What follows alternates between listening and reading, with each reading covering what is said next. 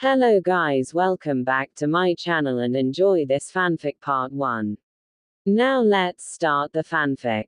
It was suggested that my story Naruto's best Christmas gift should be a longer story. So I am going to set out to do just that. I am going to add a few things to it, but for the most part it will stick to the storyline. I don't like making Hinata in this way, so if it seems off, that is why. Crafts. It was 6 months after the war had ended. A lot of good people had died. Naruto had seen a lot of stuff during the war. He had lost a lot of people that were important to him. Neji was a very hard blow. However, the hardest loss was Hinata. Hinata had confessed that she loved Naruto during the attack on the Leaf Village. Naruto, with any spare time he had thought about her confession. He knew after a short time that he could fall for her. She was everything he was looking for in a wife. She was beautiful, smart and had a great heart. She would defend her friends with all that she had. It was during the final battle that he knew without a doubt that he loved Hinata. During a break in the battle he made a plan. After the battle he was going to tell her that he had fallen for her and beg her to give him a chance. He was ready to get down on his hands and knees if he needed to do that. He knew he should, since he made her wait for so long.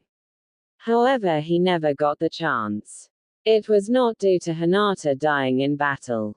That would have been difficult, but Naruto would have managed it. No, it was far worse what happened. Hinata was always so sweet and kind, however something happened during the battle. No one knows what it was, but she changed. No one really wanted to figure it out. Some were too scared of the new her. The rest of her clan, on the other hand, were happy that she became the perfect heiress, so they never cared to figure it out. The battle was over. The death toll was high for all villages. At least 50 people from each of the 5 major villages were killed. Many minor villages also lost troops, but not enough to really do anything. Waterfall and Star were the 2 minor hidden villages that were hit the softest. They would recover the quickest. The Leaf Village had been hit the hardest from all the attacks against it. However, no one in the Leaf was worried. Their strongest all survived the battle, and they would see to it that the village would survive. Suin thought that the village would not only survive, but it would come back stronger than ever. Naruto was helping with getting the bodies ready for transport back to each ninja's village. It was a hard task for all involved. It was one that no one liked doing. This was one of the few times that Naruto did not have a smile on his face, either fake or real. He knew in the coming months he would smile again, but at this point he could not smile. He spent 3 days non-stop helping with the bodies. After the 3 days he was done and all the bodies had been transported to their home villages for burial.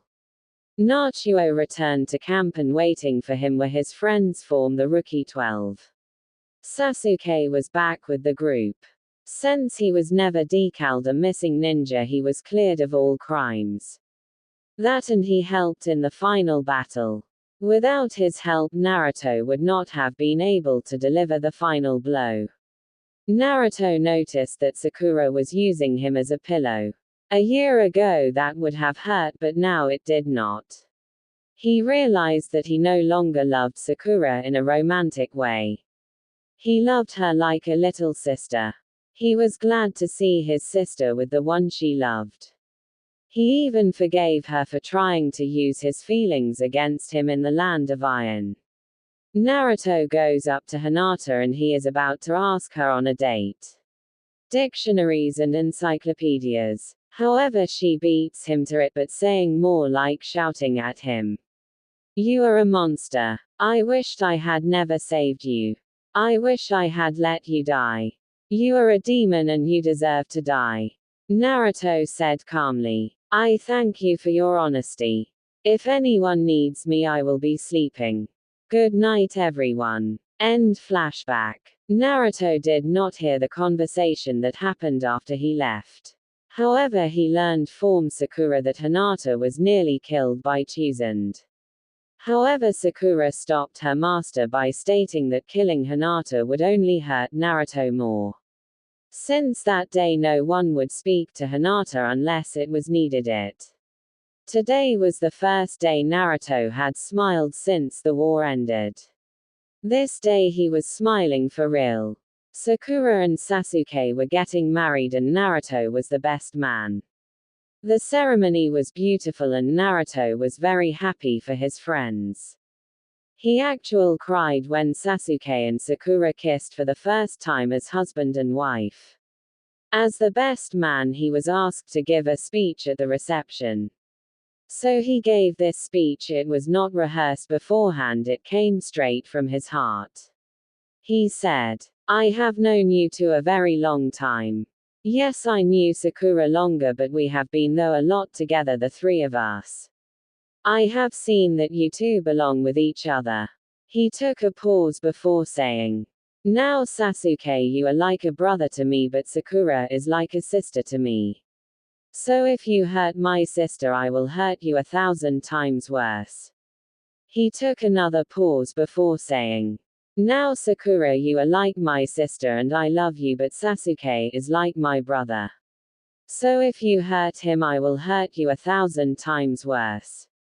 Once more the blonde had to take a pause. He said, "Now I am trying to say take care of each other and love each other each and every day. Love is the greatest force on this earth and nothing can beat it. I wish you two the best of luck." Naruto then sat down. He spent some time with his other friends before he left. He was promoted to the rank of Junin after the final battle. He finally got the respect he deserved.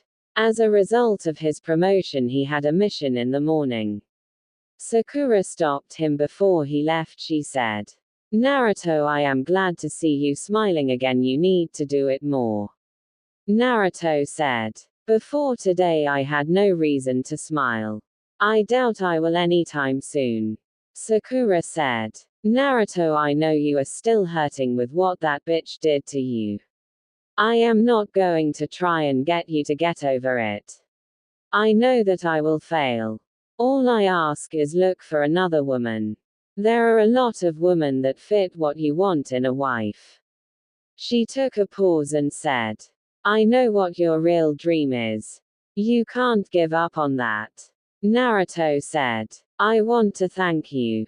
He took a pause before saying, "All of you." The others had all come out of the shadows. Naruto said, "I know you are right, Sakura, but I am not sure I will find love. Maybe I can adopt a child if the void in my heart becomes too great. Good night, everyone." Naruto, with a flash of light, was gone. All his friends vowed to help him find a wife. Little did the others know, but one other also made that vow. This one was a powerful being that caused many problems for Naruto. However, he was going to make it all up to Naruto. This being had a mission, and to complete it he had to go and speak with Kami. He left to do just that. Kurama was the nine-tailed fox. He was the most powerful demon lord there was.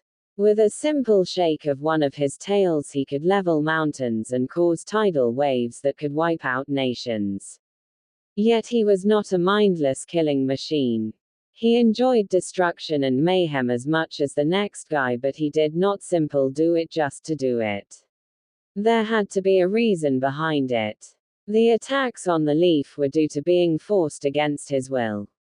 Anime and manga. He had lived a very long time. He had lived for hundreds of years. He had seen empires rise and empires fall. He had met many humans. Not many had earned his respect. In fact, very few did and do. However, one that had earned his respect was Naruto. Kurama thought to himself after the battle was over that if he had a son he would want his son to be like Naruto.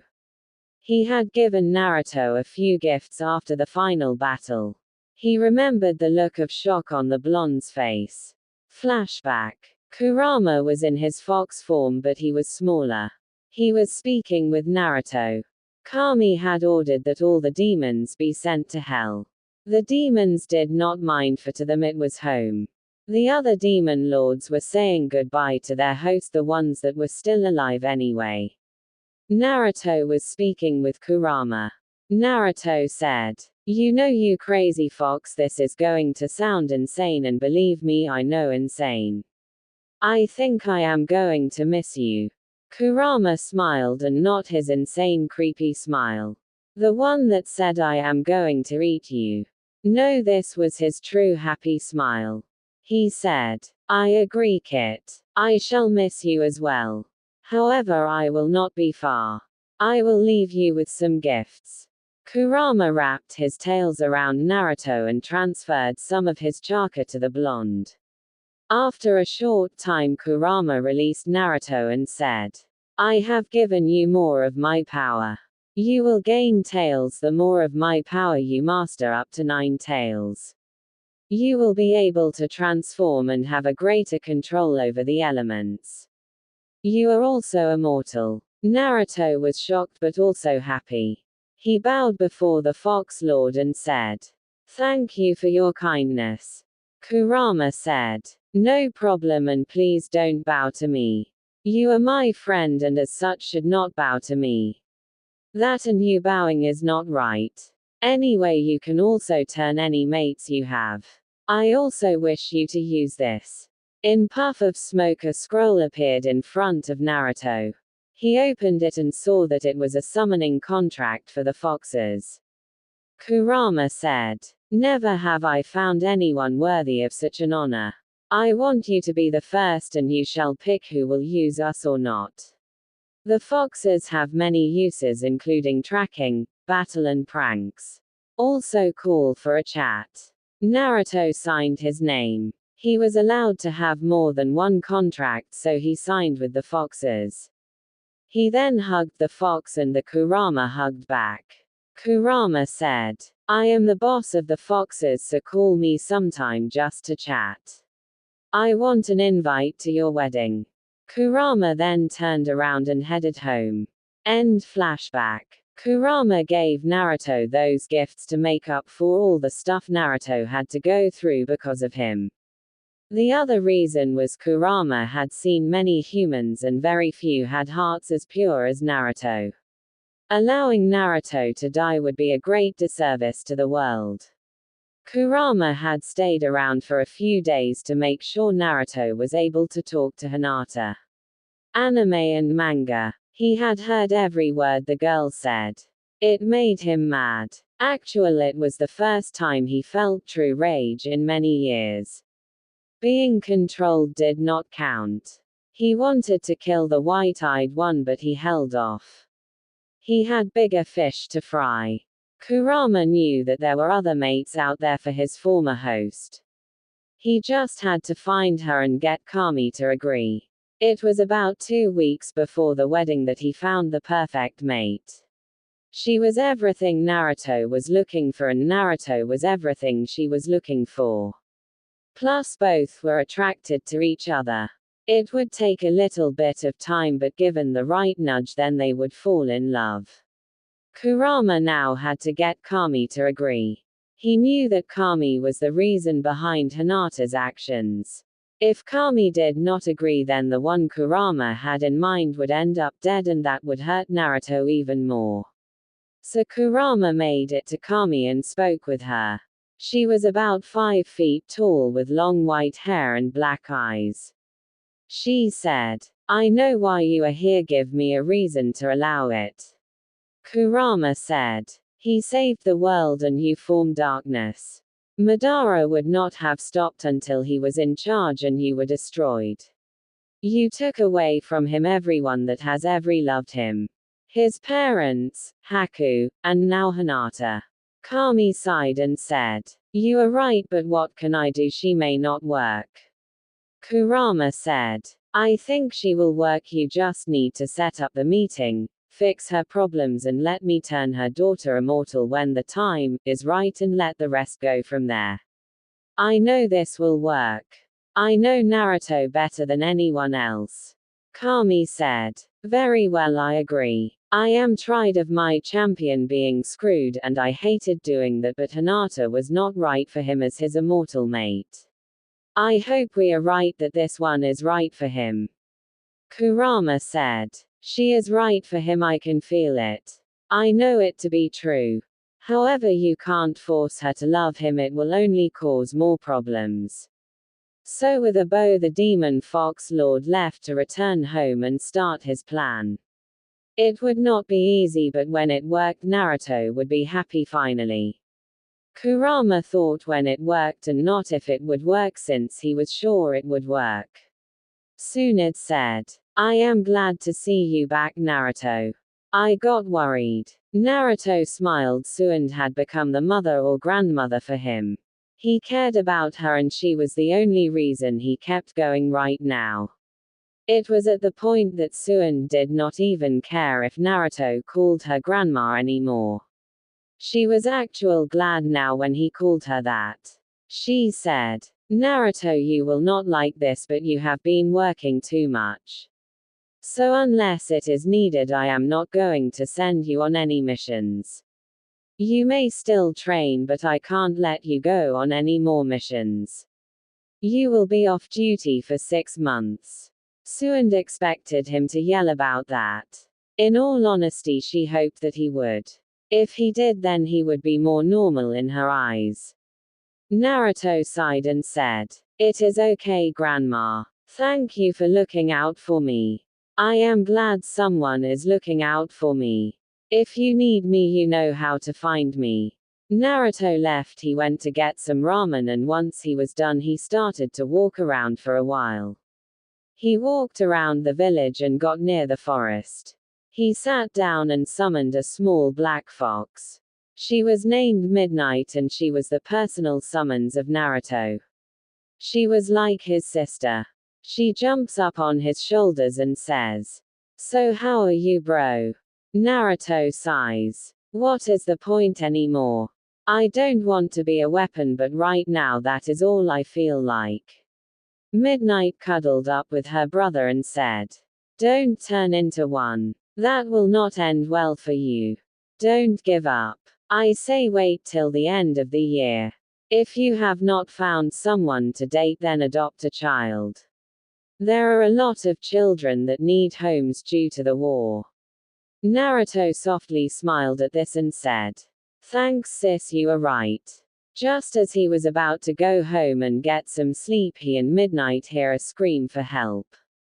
The two run to the location and see a little girl running from 5 men. The girl is about 4 years old. She has long black hair and light-colored red eyes. Her name is Rose and she is the daughter of Asuma and Kurenai. Asuma died in the war, so Rose never met her birth father. However, everyone in the village, including Naruto, told her about her birth father. No one was going to allow her to not know. Naruto watched her a few times when Kurenai was on a mission and no one else could. The two liked each other and got along well. So when Naruto sees the 5 men chasing her, his blood starts to boil. Using the blunt part of his sword, he knocks them out. The sword he has is the one his mother used in battle and the one that earned her the nickname of the Red Death. He hoped to someday surpass her, and since he was immortal, that was going to happen. Rose clings to Naruto and does not let him go. Naruto had summoned a few more foxes. One comes back a few minutes later with Anko and, seeing what almost happened, drags the 5 away along with some shadow clones of Naruto. Anime and manga. Naruto gently picks up Rose and Midnight shouts, I found Kurenai, she is safe. She was not raped, she is okay, she may have a headache but she is okay. Naruto creates a shadow clone without using seals. It is a good thing since he can't use his hands. He tried twice and each time Rose clung to him tighter. The clone gently picks up Kurenai. A small blue fox, her name was Ice, came up to him. Naruto asked her to get Shizune. The group makes it back to Naruto's home. This home was his parents' and he took it over after the war. Hinata made every move she could to stop it from being given to Naruto. He gets inside and has the clone place Kurenai on the couch. He is still holding on to Rose. He asks her, "Do you want anything?" Rose shakes her head no. She is very scared right now and does not want Naruto to leave. So Naruto sits down in a chair. The little girl falls asleep in his arms, holding onto him very tightly. Shizune gets to his home, or her home, since Naruto allowed her to move in. The house had many rooms. Shizune had her own wing. She sees Kurenai and does a checkup on her. After a few short minutes she says, she is okay, just a small bruise. She was not raped. I think they were going to do it later. Now it is time to check on the girl. Naruto said, that is great news. Can you check her form this spot? Whenever I try to move she starts to shake violently and clings to me tighter. Shizune smiled. She noticed how Naruto was gently holding Rose and stroking the young girl's hair and whispering comforting words to her. She said, of course I can, and I think you need to adopt soon if you are not going to get married. You will make a great father. Naruto blushed and said, thank you. Now can you look over Rose please? So Shizune did and said, she is okay, no scratches on her. I would recommend to Kurenai that she sees a mind healer like Ino, but other than that she will be fine. Naruto said, okay, well, since I can't move I am going to get some sleep. Good night, Grandma. Shizune smiled and got into a chair and fell asleep as well. Midnight gave out a soft howl and 30 other foxes appeared in a large puff of smoke. Midnight said, okay everyone, please portal the home and do not let anyone near it unless it is the approved people. Wake Naruto if there is trouble and get the other 3 out. The foxes all nodded and went out to do just that. All the foxes knew what happened to Rose. To them, harming a child was unforgivable. All of them wanted to rip to pieces the ones that tried to harm the girl. Midnight stood guard over her brother. She did not call him master since Naruto did not like it. He felt it was wrong, and after some time she called him brother. She was told the plan by Kurama and she agreed that Kurenai would be a great mate for her brother. Plus Rose would be a great leader as well. She only hoped that a relationship did work, or else her brother would be in worse shape. Tsunade said, I am glad to see you back, Naruto. I got worried. Naruto smiled. Tsunade had become the mother or grandmother for him. He cared about her and she was the only reason he kept going right now. It was at the point that Tsunade did not even care if Naruto called her grandma anymore. She was actually glad now when he called her that. She said, Naruto, you will not like this, but you have been working too much. So unless it is needed I am not going to send you on any missions. You may still train, but I can't let you go on any more missions. You will be off duty for 6 months. Tsunade expected him to yell about that. In all honesty, she hoped that he would. If he did, then he would be more normal in her eyes. Naruto sighed and said, it is okay, Grandma. Thank you for looking out for me. I am glad someone is looking out for me. If you need me, you know how to find me. Naruto left. He went to get some ramen, and once he was done he started to walk around for a while. He walked around the village and got near the forest. He sat down and summoned a small black fox. She was named Midnight and she was the personal summons of Naruto. She was like his sister. She jumps up on his shoulders and says, so how are you, bro? Naruto sighs. What is the point anymore? I don't want to be a weapon, but right now that is all I feel like. Midnight cuddled up with her brother and said, "Don't turn into one. That will not end well for you. Don't give up. I say wait till the end of the year. If you have not found someone to date, then adopt a child. There are a lot of children that need homes due to the war." Naruto softly smiled at this and said, "Thanks sis, you are right." Just as he was about to go home and get some sleep, he and Midnight hear a scream for help. The two run to the location and see a little girl running from 5 men. The girl is about 4 years old. She has long black hair and light-colored red eyes. Her name is Rose and she is the daughter of Asuma and Kurenai. Asuma died in the war, so Rose never met her birth father. However, everyone in the village, including Naruto, told her about her birth father. No one was going to allow her to not know. Naruto watched her a few times when Kurenai was on a mission and no one else could. The two liked each other and got along well. So when Naruto sees the 5 men chasing her, his blood starts to boil. Using the blunt part of his sword, he knocks them out. The sword he has is the one his mother used in battle and the one that earned her the nickname of the Red Death. He hoped to someday surpass her, and since he was immortal, that was going to happen. Rose clings to Naruto and does not let him go. Naruto had summoned a few more foxes. One comes back a few minutes later with Anko and, seeing what almost happened, drags the 5 away along with some shadow clones of Naruto. Naruto gently picks up Rose and Midnight shouts, "I found Kurenai, she is safe. She was not raped, she is okay, she may have a headache but she is okay." Naruto creates a shadow clone without using seals. It is a good thing since he can't use his hands. He tried twice and each time Rose clung to him tighter.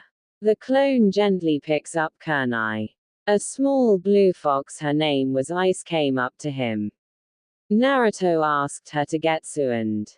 The group makes it back to Naruto's home. This home was his parents' and he took it over after the war. Hinata made every move she could to stop it from being given to Naruto. He gets inside and has the clone place Kurenai on the couch. He is still holding on to Rose. He asks her, "Do you want anything?" Rose shakes her head no. She is very scared right now and does not want Naruto to leave. So Naruto sits down in a chair. The little girl falls asleep in his arms, holding onto him very tightly. Suan gets to his home, or her home, since Naruto allowed her to move in. The house had many rooms. Suan had her own wing. She sees Kurenai and does a checkup on her. After a few short minutes she says, "She is okay, just a small bruise. She was not raped. I think they were going to do it later. Now it is time to check on the girl."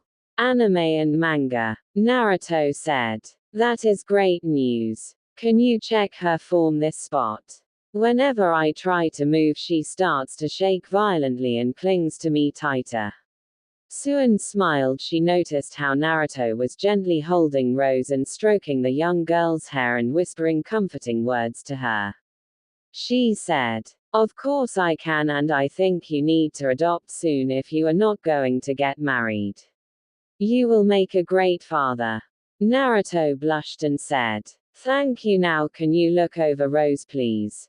So Suan did and said, "She is okay, no scratches on her. I would recommend to Kurenai that she sees a mind healer like Ino, but other than that she will be fine." Naruto said, "Okay, well, since I can't move, I am going to get some sleep. Good night, Grandma." Suan smiled and got into a chair and fell asleep as well. Midnight gave out a soft howl and 30 other foxes appeared in a large puff of smoke. Midnight said, "Okay everyone, please portal the home and do not let anyone near it unless it is the approved people. Wake Naruto if there is trouble and get the other 3 out." The foxes all nodded and went out to do just that. All the foxes knew what happened to Rose. To them, harming a child was unforgivable. All of them wanted to rip to pieces the ones that tried to harm the girl. Kurenai Yuhi was the Leaf Village's greatest master of genjutsu. She had taken part in the final battle. She was told she did not have to fight since she had a daughter, but she wanted to fight. She knew she could die, but she had to take the chance. She had to fight to protect her daughter. Rose was Kurenai's pride and joy. The mother and daughter pair were enjoying a day out, just having fun, when they were attacked. Kurenai saw the 5 men coming and was able to warn Rose. Rose started to run. The men hit Kurenai with something because she passed out, and all she heard before blackness overcame her was Rose screaming for help. Kurenai woke up and she felt sore, very sore. It was then that she looked around and did not know where she was. She started to panic since she felt she had been kidnapped, and anytime now the kidnappers were going to rape her. She gets up but feels a hand push her down gently. She hears a voice say, "Kurenai, you need to rest. Your daughter is okay, just look over there." So she does and sees her daughter sleeping on someone that looks like Naruto. She then noticed that Tsunade is the one that was talking to her.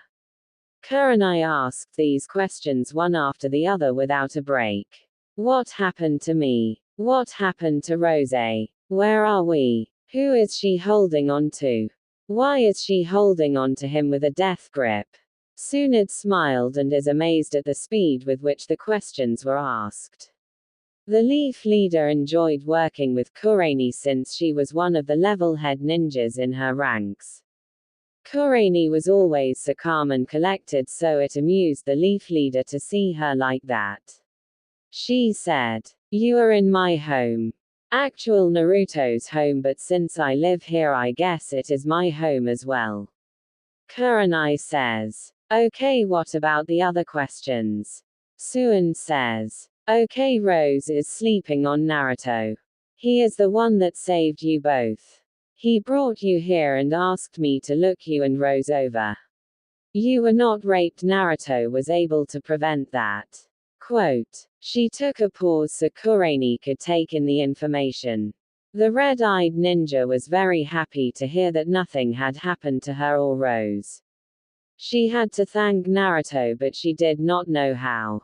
Tsunade said after a few minutes, "As to why your daughter has a death grip on Naruto, every time he tried to put her down she clung to him like her life depended upon it.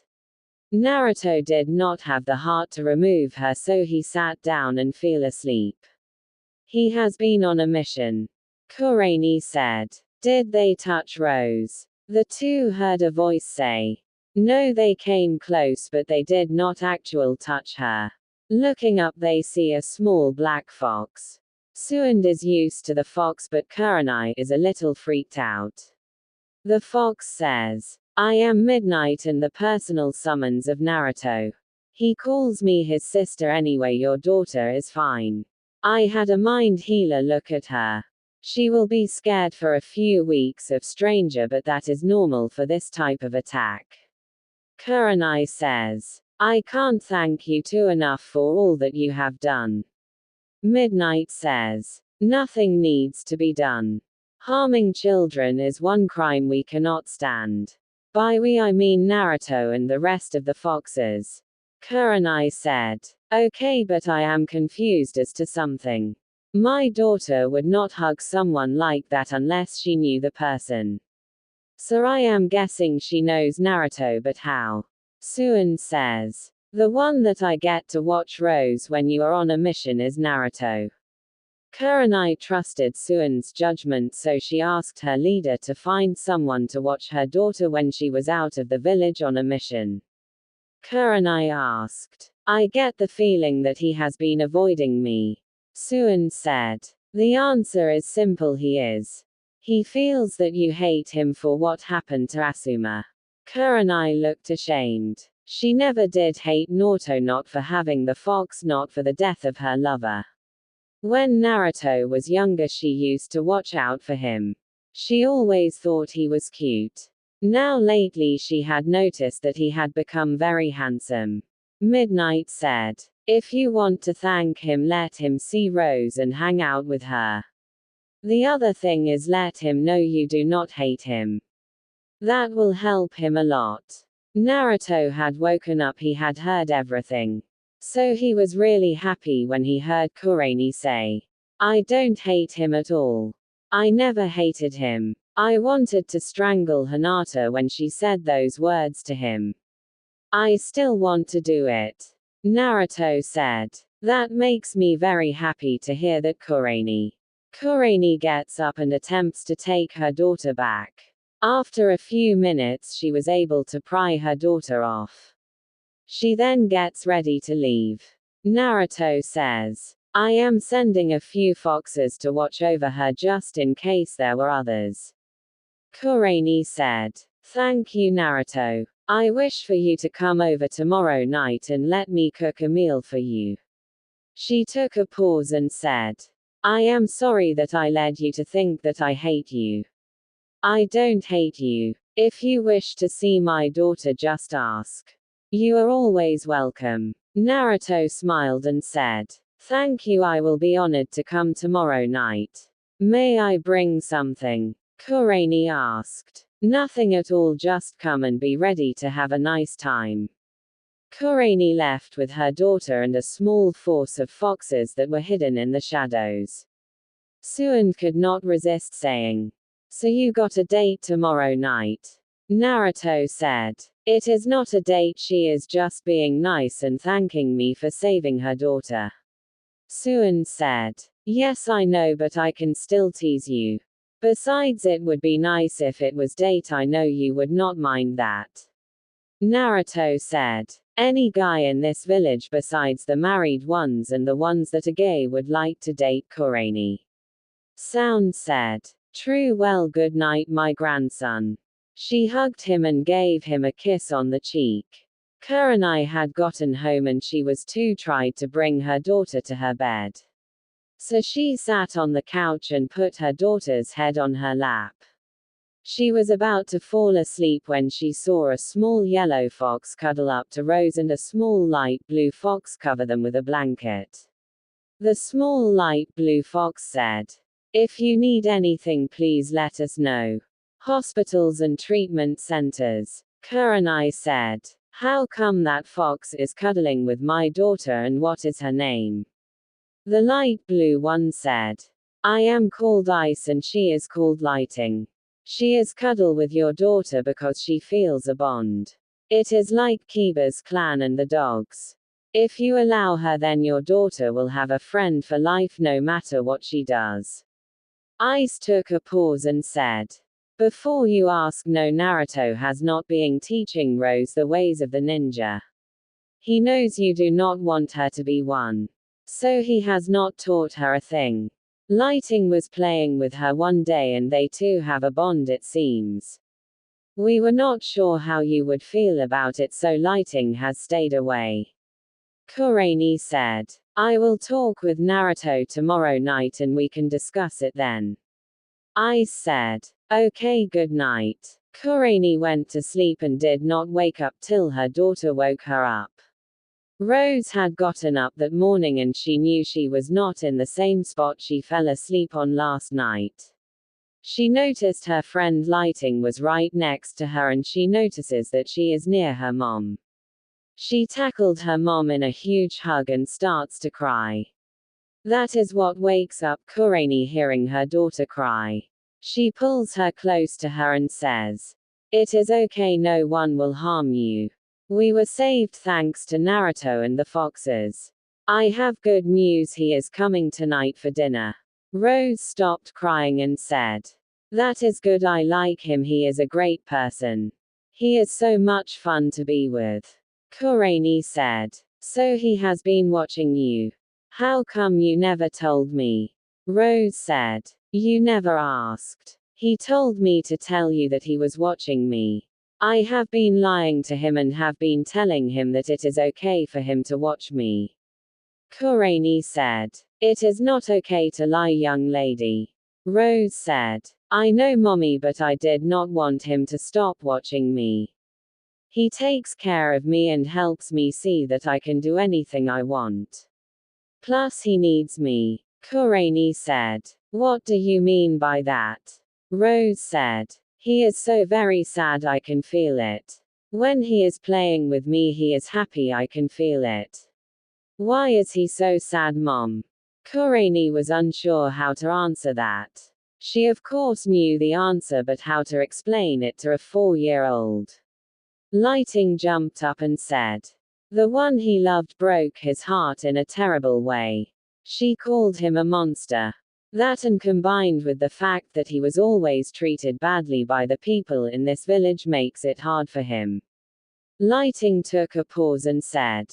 Rose, you are right, you have been helping Naruto. You have helped him more than anyone else in this village has besides his grandmother. Kurenai said.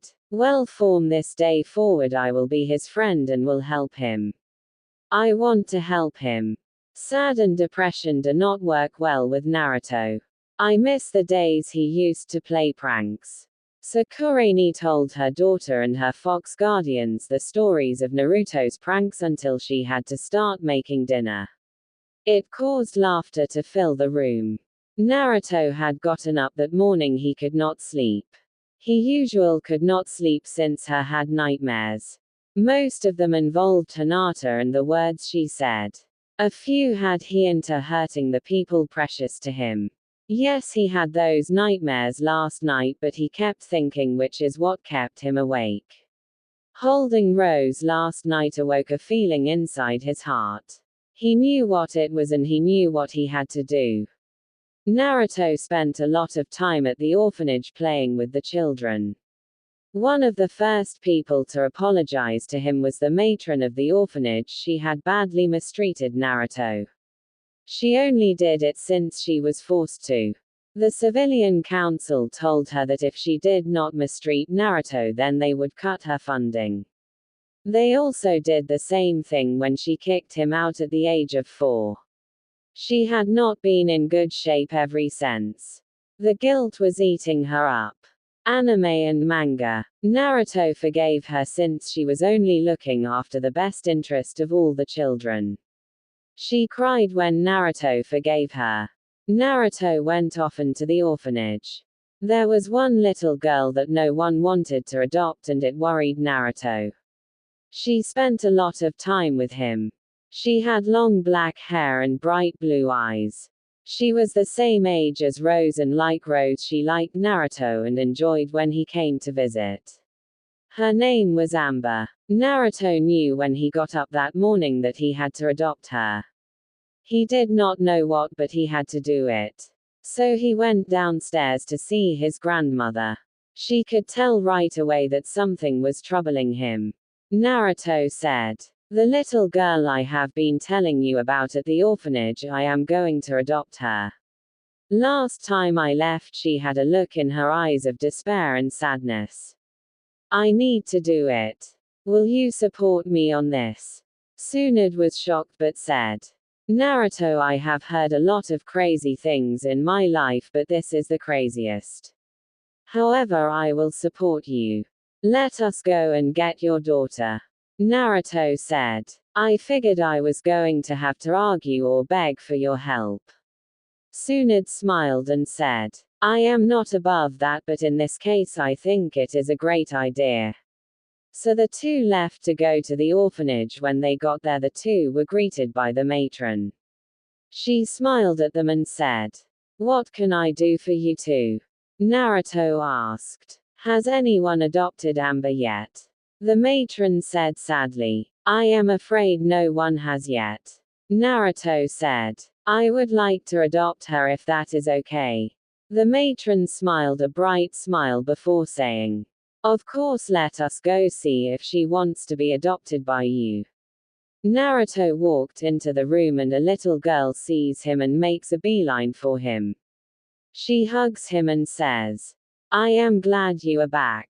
I missed you." Naruto picks her gently and says, "Amber, do you want a home?" Do you want to have a father? If so, do you want to live with me and become my daughter? Amber started to cry, but these were tears of joy. She hugged him tighter and said, "Yes, I do, Daddy." So after all the paperwork was done with, Naruto took his new daughter out. He was going to take her shopping, but first she needed to get some food. Amber only had a few items. Suen had gone back to work. Shizune was sent to help Naruto do clothing shopping. Naruto said after they had picked out enough outfits for Amber to have a wardrobe. "Thanks for your help. I am at a loss as to what to do with clothing." Shizune said. "Don't worry, my friend. I was glad to help. Now go get ready for your date." Naruto blushed and said, "It is not a date." Shizune said, "I know, now go and get ready." Naruto took Amber to a toy store. She was encouraged to pick out a few toys. She really liked the stuffed nine-tailed fox. Naruto thought it was very funny, so he got it for her. The two then headed home to get ready. He said, "Tonight we are having dinner at a friend's house. She is thanking me for helping her daughter. Her daughter is your age. I think you two could be friends." Amber asked, "Will I be allowed there, Daddy?" Midnight said, "Yep, you sure are allowed there." Kurenai's words were, "Why would he ask such a stupid question? Of course she is welcomed here." Amber was not at all freaked out by the talking foxes. She was used to them. Like Rose, she also had a fox partner. Hers was red and named Ruby. Ruby was sitting on her shoulders. Naruto loved it when Amber called him Daddy. He could not explain why, but he loved it. After getting home and getting dressed for dinner, the father-daughter pair made their way to Kurenai's home for dinner. Amber climbed on her daddy's shoulders. Up above, Kurama was laughing his butt off. The little girl got a toy plushie of him. He should be offended by the toy plushie, but he was not. He thought it was cool. Whoever made him really got his likeness. Naruto adopting Amber was not a part of his original plan, but he thought it was good. Shizune was speaking to her master and mentor, and she asked the question that was burning on her mind. You see, as the Hokage, Suen had to approve any adoptions that were done with any of her ninjas. So she wondered why Suen allowed it. She asked her master that point blank. Thankfully, the relationship they had allowed that adoption. Suen answered with a question of her own. How was he today when you helped him? Was he the same as he has been the last 6 months, or was he different? Shizune thought about it and said, he was a little like the Naruto we used to know. Not all the way, but a little bit. Suen said, that is why I allowed it. If all goes well, then we will have the old Naruto back. If we have the old one back, then maybe he can find a wife and fulfill his real dream. Naruto and Amber were on their way to dinner with Kurenai and Rose. Naruto was starting to feel like himself once more. He knew he was not 100%, but he was getting there, and that was enough for him. After a few minutes, the pair gets to Kurenai's home. She lets them in, and Amber is a little shy. She hides behind her dad's leg and holds onto it tightly. Rose goes up to Amber and sticks out her hand. The two shake hands. Amber sees that Rose has a fox on her shoulder as well, so she goes and starts to play with her. Amber knows that foxes only go to people that are good. So she knows she is safe. Kurenai and Naruto start to talk and chat about stuff. Kurenai really likes chatting with Naruto. He is fun to talk with. Plus he listens to her, and that is something that very few do with her. Anko, her best friend, listens, but most of the time she is drunk. Naruto listens and hangs on every word. Kurenai was thinking that she may have to seek out Naruto if she needs to talk to someone from now on. Naruto listened, but not only that, he did not judge nor did he give advice, he just listened. After about an hour, Kurenai said, "Naruto, about lighting, will she harm Rose?" Naruto said, "No, not at all. She would die before that happens. She will protect Rose with her life." He took a pause before saying, "Think of lighting as an older sister always watching over Rose. No matter what, lighting will not fail. She is beating herself up." Kurenai asked, "Why is that?" Naruto said, "Simple, she feels that she should have done more. She feels that it's her fault that you two were hurt." Kurenai said, "Okay, what needs to be done for this bond to form?" Naruto smiled and said, "It already has. Will you allow lighting to stay with Rose?" Kurenai said, "You don't, you need her." Naruto smiled and said, "She is a great friend, but she would do well with Rose. I promised Asuma on his grave that I would watch out for Rose. Lighting is helping with that." Naruto called the little fox over and she jumped on his shoulder and said, "What do you need, brother?" Naruto said, "I have good news, lighting. Kurenai has accepted that you are Rose's guardian. So from this day forward until I say otherwise, you are to be with her." Lighting is happy. She licks Kurenai's cheek and says, "Thank you, I will protect your daughter with my life." Kurenai started to pet the fox, which earned a happy purr from the fox. Lighting rejoined the girls playing.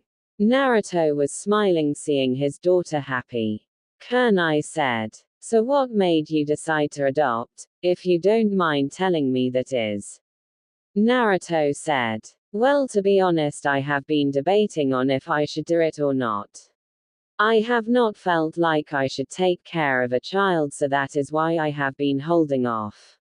I have not felt emotional stable enough to do that." Naruto took a pause before he said, "Last night as Rose was holding on to me, I felt something in my heart. I felt the love of a child, the unconditional love of a child towards their parent. I know I am not her parent, but it reminded me of my true dream." He took a pause before saying, "Only my grandmother knows my true dream. The foxes know, so I should restate that. My grandmother is the only human that knows my true dream. My true dream was to get married and have family of my own. I wanted lots of children. Family." Kurenai said, "You figured adopting Amber would help her have a home and help fill the void in your heart." It was not a question, more of a statement. That did not stop Naruto from saying, "Yes, I had hoped to start a family with Hinata, but we all know how that worked." Kurenai pulled him into a hug and said, "I don't know what you are going through, but I will be here to help you. If you need someone to talk to, I will listen." Naruto smiled and hugged her back before saying, "Thank you so much." After that, dinner was served and everyone had a great time eating. Naruto really liked Kurenai's cooking, she was a master cook. Afterwards, the girls were getting sleepy. The girls wanted bedtime story. Naruto said, "Okay, I have one. Listen up, this about a princess." So Naruto told a story about a princess that was cursed by an evil witch, and she ended up with the help her best friend breaking the curse. Along the way, the princess fell in love with her best friend. The two were married, have many hardships. The girls fell asleep after the story. Kurenai gently took her daughter to her room and placed the young girl on her bed. She gets back in and sees Naruto stroking Amber's hair softly. She thinks to herself, "You will make a great father, Naruto. I hope you find a wife soon, and whoever she is will be lucky as can be." She says, "Before you go, in 2 days I am going on a mission that will last 1 to 3 weeks, maybe more. Do you know anyone that can watch Rose for me?" Naruto said, "I was told I am being forced to take some vacation for a few months. so she can stay with me. Amber and Rose get along. I think it will be great. Kurenai said. You don't mind doing it? Naruto said. Not at all. It will be my pleasure to watch her. I promise not to teach her anything. It was the morning after the dinner with Kurenai, and Tsunade right now was not in a good mood. This was no surprise for her or for anyone that knew her. She was not often in a good mood in the morning. However, what did shock her and the people that knew her was the reason behind her bad mood. She was mad that she had too much paperwork to do. Naruto taught her the secret of how to beat paperwork. Anime and manga. She really loved shadow clones, by the way. She was in a bad mood since she could not drink in the morning. After the battle she stopped drinking, so that was out. She got mad at Naruto, but he had been quiet lately and that worried her more, but she knew he may be back to his old self soon, so that was out. Now the reason for her bad mood was not Naruto, nor was it Kurenai, no, it was Hinata. Hinata had gotten wind that Naruto had adopted and she did not like it at all. She made it to Tsunade's office and demanded to speak with her. As a clan leader she had the right to do it. Hinata was not alone, she had her allies on the council. By allies I mean minions, puppets, people that still hated Naruto no matter what. Tsunade said. Lady Hinata and various non-important council members. To what do I owe this interruption? Before they could speak, Tsunade said. I know the reason. You only come in with your puppets when you want to ruin Naruto's life even more. So I am assuming you heard about the adoption. I can't wait to hear your excuse as to why he should not have been allowed to adopt. Before Hinata says anything, Tsunade shouts. Shizune, looks like you won the bet. She came today. I lost again. A random council woman asked. The author says random since she is not important. What bet? Tsunade said. I bet Shizune 100 that you lot would come in 2 days. Shizune bet today. So lost. I got rid of my alcohol problem but not my gambling problem. Oh well. One vice at a time. Hinata was not accepting this. She was expecting to be ignored or told no. She was not expecting to be laughed at and treated like a joke. This enraged her. She said, now listen, I demand respect. Tsunade said very calmly, but everyone knew she was not. I am not a part of your little clan. I do not need to respect you. It must be earned, not given. Now say your excuse or I may get back to work. Hinata said. He is a demon and he will hurt the child. I am going to use all my political power to get the adoption reversed. Tsunade said. Well, it is a good thing I already saw this coming. She tossed Hinata a scroll and said. By the way, there are many copies of this one. The scroll said that every cage of all the major villages along with many federal lords all supported the adoption. In other words, if Hinata tried anything, her clan was sunk. Tsunade said. Now that this over, please leave unless you have another stupid excuse. Hinata said. I will just have to use other ways. Tsunade said. Hinata, whatever you are planning, I would suggest you stop. If you try and harm his child, Naruto will hurt you 1,000 times worse. Hinata smirked and said. My clan will protect me, he would not dare attack me. Tsunade said. He is like his mother. His mother, if you harmed her important people, not even Kami herself could stop his mother. I am giving you this warning. Council members, remember one thing, I am in charge, you are here to advise, not order around. Now get out of my office. Up above, Kami was smiling, for Tsunade was right about Naruto's mother. Even Kami was scared of Naruto's mother. Hinata left, vowing to kill Naruto and his child. She would have to wait. She wanted Naruto to lower his guard. She knew it would not be easy, but she would do it. The branch family used to love her and hope she would be clan leader. However, now they feared her and wanted her gone. Anime and manga. The members of the branch family respect Naruto. They had hoped that he would marry Hinata and the two would get rid of the cage bird seal. All that hope was dashed. A branch family member was out on a mission. She had completed it, but she had one more thing to do. She made it to Naruto's home. He was awake but his daughter was asleep.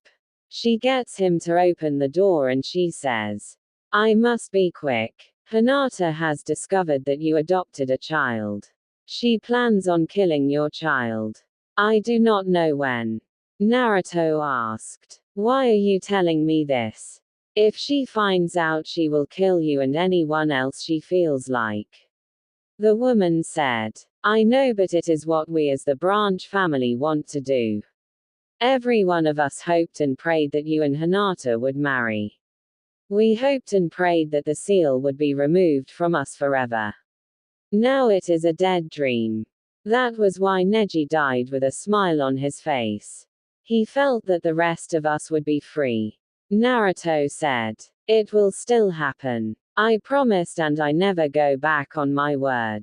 I will find a way so that Neji would not have died in vain." The woman said, "I know and I hope to live to see that day." With that the woman is gone. Naruto says, "Midnight, do we have any seal masters in the clan?" Naruto went to get his daughter up and ready for the day. They had a busy day today. Amber gets up and at first she was confused and a little scared. She then sees her daddy and jumps at him and starts to cry. She says, "I thought it was a dream." Naruto pulls her tighter to his chest and says, "It is not a dream, my little angel. You are here to stay and nothing, and I mean nothing, will make me send you back." Anime and manga. Amber asked with a lot of fear in her voice. More fear than a child her age should have in their voice, Naruto noted. "What if you find a woman you love and she wants me gone?" Naruto said, "Then I will tell her that she can leave.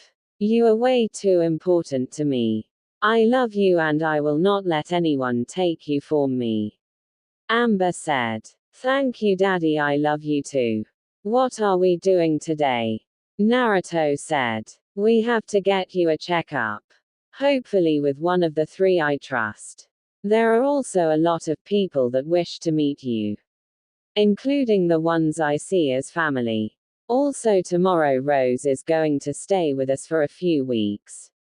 I hope that is okay."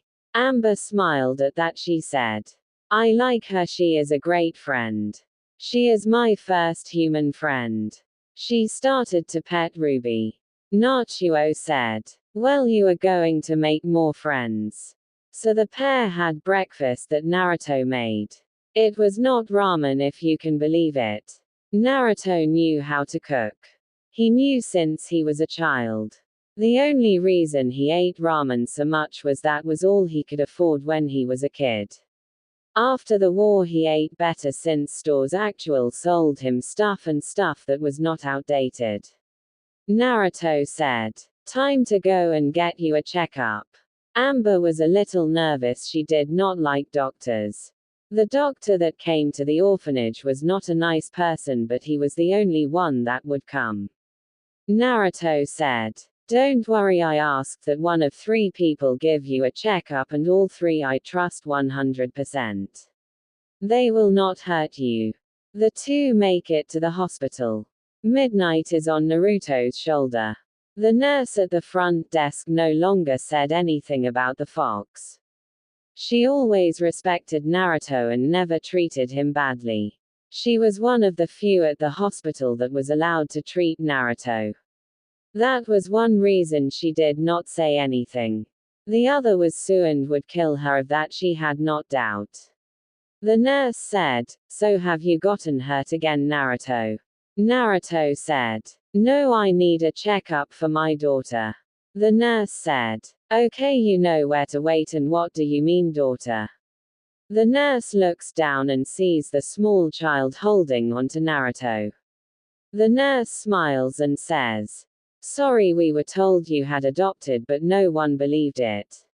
Sakura is waiting in her office. She will give the checkup, she said. She beat up the others that wanted to do it. Naruto laughed since he knew the nurse meant that Sakura beat up the others. Naruto gently picked up his daughter and held her close. He carried her up to Sakura's office. When they get there, the pink-haired one is waiting for them. She says, "So you get back from your mission, save Kurenai and her daughter, adopt a child and have dinner with Kurenai, and you don't tell me. I am hurt." Naruto then explained what happened. Sakura said, "Wow, that sounds so like you. Anyway, you want your daughter to have a checkup, well, let us get to it." Sakura looks at Amber and smiles. She says, "Hello little one, my name is Sakura, and I am a friend of your father. We're teammates. Anyway, I am going to check to make sure that you are healthy as can be." So Sakura started to do a scan on Amber. Sakura checked everything and checked it twice. Sakura said, "Well, Naruto and Amber, I have great news. Amber, you are 100% healthy. You are where you should be at your age. Just make sure she has a proper diet and all the usual stuff." Quote, Amber hugged Sakura and said, "Thank you, Auntie." Amber ran to the bathroom, and while there, Naruto said, "So what is the bad news, and before you deny it, I know you by now." Sakura sighed and said with a lot of nervousness, "Physical, she is fine, but there is something up with her mind. I am not sure what it is. I suggest Ino look at her. There are signs that she was abused, they are small but they are there." She was nervous at what Naruto's actions would be. Before the war, he would have haunted down her parents and tried to find answers. Now he said, "Okay, thanks for being honest with me.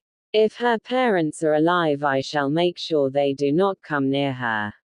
If they are not alive, then I will help Amber recover, that is all I can do." Amber came back and started to play with the toys in the waiting room. Sakura said, "So how did your date go?" Naruto said, "It was not a date, why do you three keep on saying that?" Sakura said, "Okay, so it was not a date, but I bet you wish it was." Naruto said, "Nearly every guy in this village would wish it. I got to spend time with her and I liked it a lot. I got the change to get to know her, and I know I am falling for her, but I am scared." Naruto took a pause and said, "She is everything I am looking for. Smart, funny, has a great heart, and will do anything for her important people." Anime and manga. Naruto took another pause before saying, "You and I both know it will not happen even if I wanted it. She will not see me that way. Even if we do date, what could prevent her from hurting me like Hinata did?" Sakura was shocked by this. Not by what he said, but by how fast he said it. She figured she would have to draw it out of him. Naruto said, "I figured that was your plan, so I might as well just say it quickly. Now if you excuse me, we need to go see Ino." Naruto and Amber left the hospital and went to see Ino. Ino was shocked when she sees the little girl with Naruto. She asked, "So who is this Naruto?" Naruto smiled and said, "This is my daughter Amber." Ino did a double take and said, "Wow, congrats, so what can I do for you?" Naruto explained what he wanted done. Ino, using her clan's techniques, went into Amber's mind. She came back 10 minutes later and she was mad. Naruto had never seen her that mad before. She then did some hand signs and touched her hands to Naruto's head and said, "Memory sharing." Naruto then saw all that Ino saw and it made his blood boil. The good news is he had the faces of Amber's birth parents so he could see if they were alive and make sure they stayed away from Amber. Ino said. Naruto, I know about Kurenai and I am going to say give it a chance if it comes up. Don't let that bitch ruin you. Naruto hugged Ino and thanked her. Amber did the same thing. Ino nearly cried when Amber called her auntie. The duo went to get some lunch and on the way they ran into Aruka, who Amber could tell was a nice guy. They ate lunch together. Aruka said, "So is it true that you are dating Kurenai?" Naruto said, "Not you two." "No, I am not dating her." And to answer your next question, yes, I would love to date her, but answer my question, why would she date me? What do I have to offer one of the, if not the most beautiful woman in the village? She is not only beautiful but she is kind, smart, funny and has a great heart. She is perfect. Aruka said.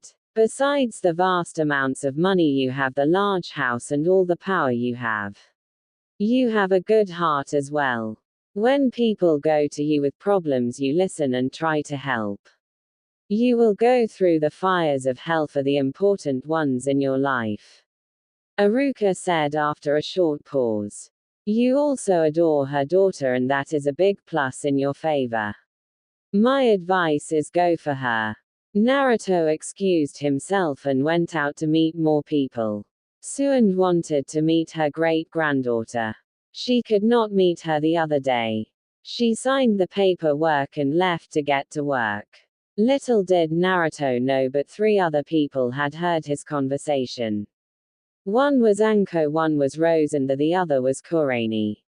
Kurenai had a hard time sleeping. She really enjoyed spending time with Naruto. She knew that he was a very handsome man and one of the most sought-after men in the village. Someone once got the idea of setting up a tournament. The winner got to marry Naruto. Suan put that idea down fast. Kurenai laughed at the memory, it was very funny. A few women were sent to the hospital. One was still in it. Anime and manga. She knew that she always found Naruto to be cute, but now he was hot and she was attached to him, of that she had not doubt. After last night she knew she was falling for him, but she never figured he would go for her. He had all that she was looking for in a partner. He had a big heart and was able to forgive.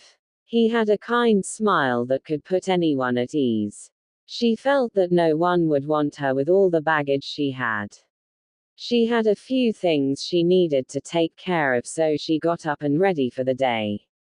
Rose got up and was really happy to learn that she would be staying with Naruto, or Uncle Naruto as she called him. First, Kurenai made a change to her will.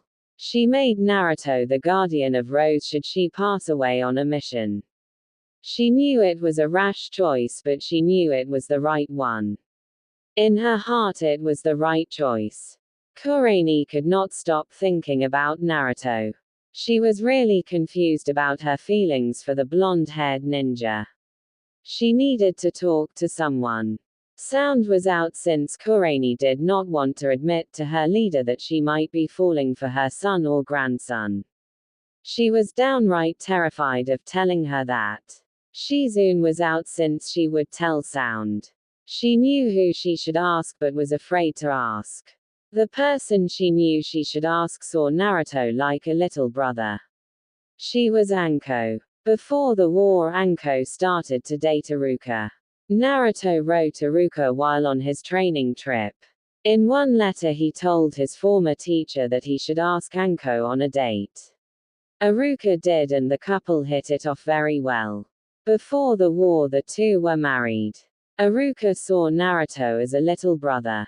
Once Anko learned that it was Naruto that made Aruka ask her on a date, she became fond of him. Anko started to see the blonde one as a little brother. She became the big sister and she took the role of protective big sister very seriously. So much so that many people that insulted her little brother or had any intention of harming him met with a lot of pain. One guy found out just how many snakes Anko could summon. Kurenai wondered how Anko would act knowing she had a niece now. Kurenai destined to find Anko later and ask for her advice. She took Rose and spent the day with her. She liked spending a lot of time with Rose before a big mission in case she did not come back. While they were out playing, Kurenai told Rose, "As you know, you will be staying with Uncle Naruto. I want you to be good for him. I also gave him permission to teach you the ways of the ninja." Rose was really happy to hear that, for it was her dream to be a ninja. Kurenai was afraid of losing her daughter, which is why she did not want her daughter to become a ninja. However, she realized last night talking with Naruto that it was in Rose's blood. Both of her birth parents were ninjas, so it was natural. They did not have to find Anko, for she found him instead. Anko had a look of pure joy on her face. Usually she had that look when she got to torture someone. Anko said, "I can't believe it, I have a niece. I can't wait to meet her. I also can't believe you had a date with my little brother and did not ask me first." Kurenai at the last comment blushed bright red and said, "It was not a date. I was just thanking him for saving me and Rose." Anko said, "I know I am just messing with you. However, the blush on your face says to me that you are attracted to my little brother. Now, as an overprotective big sister, I must make sure of your intentions with my little brother." "So what are they?" "Visual art and design," Kurenai said. "That is what I want to talk to you about. The truth is, you are right, I am attracted to him. What single woman is not? However, I got the chance to talk to him last night and to learn more about him. I want to date him, but..." Anko could tell her friend was nervous. So she said gently, more gentle than anyone would expect from her, "What is troubling you?" Kurenai answered, "I want to date him and see if anything can come from it, but why would he want to date me? Plus, I am afraid of 3 people and 1 is dead." Anko said, "Well, about me hurt my brother and you will not see the next day. Soon the same thing, expect it will hurt more." "Who is the other?" Kurenai said. "His mother, you know what she was like. If I piss her off, she can hurt me from the grave." Anko said, "All good points, but here is my advice, think about it while on the mission if you can. If you like the idea, then ask him on date. I would say wait for him, but even if he does want to date you, he will not. Hinata hurt him too much." Anko took a pause before saying, "I think he has given up on finding love." The trio then went to get some lunch. They ended up being near the same place that Naruto and Iruka and Amber were having lunch, so they heard everything that was said by Naruto. Kurenai watched him walk out, and once he left, she sat down with Anko and Iruka and Rose and started to softly cry. She said in between tears, "He called my beautiful. No man has ever said that about me and meant it or wanted something from me." Anko said, "So does that answer your question, my friend?" Kurenai says, "Yes, it does, and I know what I need to do. Come on, Rose, let us go find Uncle Naruto." The mother and daughter pair left to find the blonde-haired ninja. Iruka said, "Do you think they will get together?" Anko said, "Yes, the question I have is, will they stay together? I swear if she hurts him, I will kill her." Iruka knew his wife was serious. Anko said, "So tell me about our niece." Iruka did long into the afternoon. Naruto and Rose went around the village visiting people that were friends of Naruto. Ino had made sure that everyone knew of Naruto adopting Amber. All of his friends congratulated him and offered to help out if it was needed. Now it was time for Amber to meet Suand. Amber heard of the great Hokage and respected her. Both Naruto and Suand were Amber's heroes. So it made the little girl really happy to know they were her family now. She was a little nervous about meeting Suen, but her daddy put her mind at ease.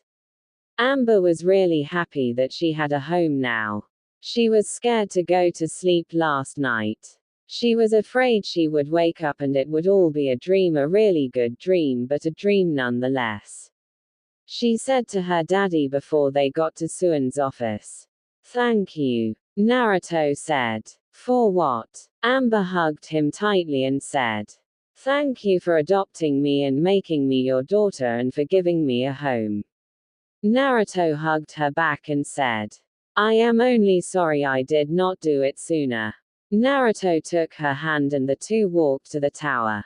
The two get into the Hokage's office. At once Amber bows to Tsunade. Tsunade pulls her granddaughter into a hug and says, "Now I will have none of this bowing for my family." Tsunade did the scan one more time. She was paranoid when it came to her family. Tsunade said, "Amber, should you need help and your daddy can't help you, I will always be glad to help you, little one." After talking for a while, Amber hugged her and said, "I will see you later, Grandma. I love you." The two then left and Tsunade cried. Kurenai was looking for Naruto and was having a hard time finding him. She spent a good 3 hours looking for him. After a while, Rose said, "Mommy, Lighting said she can find him." Kurenai gave the fox the evil eye before she said, "Why did you not tell me this?" Lighting gave a very Naruto-like grin when she said, "You never asked." Kurenai said, "You are sounding and looking like Naruto." Lighting said, "I will take that as a compliment. We foxes like to have fun and play pranks. Even in our world, Naruto's pranks are legendary." Now he has just left the Hokage Tower and is heading to his house. The three made it to Naruto's house just as he and Amber got home. Anime and manga. Naruto said, "Hello Kurenai, is everything okay? Do you need to leave sooner?" Kurenai said, "No, I am still leaving. At the same time, I need to talk to you. It is a little personal." Naruto said, "Well, I am about to make dinner.